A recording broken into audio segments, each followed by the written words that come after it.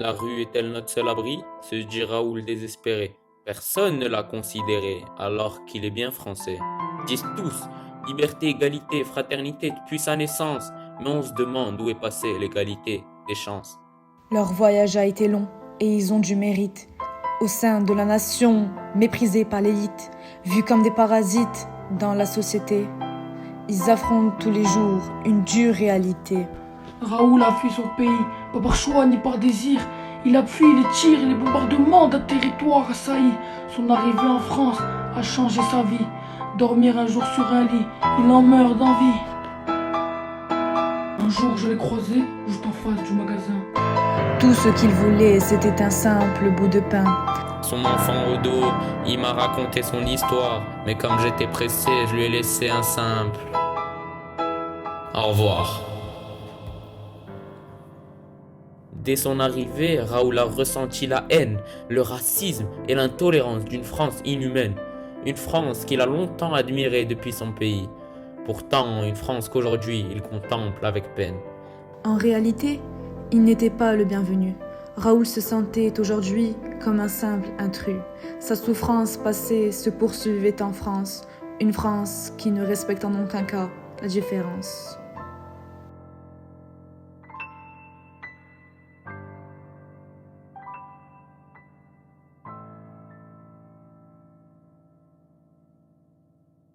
Tous les soirs, il repense à sa vie, à ses amis, à sa famille ayant quitté le navire. Mais il se rend compte qu'il n'a plus d'avenir. Il s'attend désormais à vivre le pire. Juste avant l'exil, ça semblait facile de tout quitter. Il était le loup sans son collier, l'arbre sans son espalier.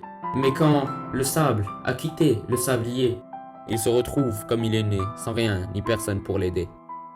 Un jour, je l'ai croisé juste en face de l'entrepôt. Tout ce qu'il voulait, c'était juste un petit manteau. Son enfant au dos, il m'a raconté son histoire. Mais comme j'étais pressée, je lui ai laissé un simple au revoir. Mis à l'écart à cause de sa différence, il se pose souvent la question: Que faut-il faire? Dormirons-nous à vie par terre? Leurs droits ne sont que futilité pour les dirigeants, au sein d'un gouvernement totalement défaillant. Un jour, je l'ai croisé juste devant mon restaurant. Tout ce qu'il voulait, c'était des mots consolants. Son enfant au dos, il m'a raconté son histoire. Mais comme j'étais pressé, je lui ai laissé un simple à plus tard.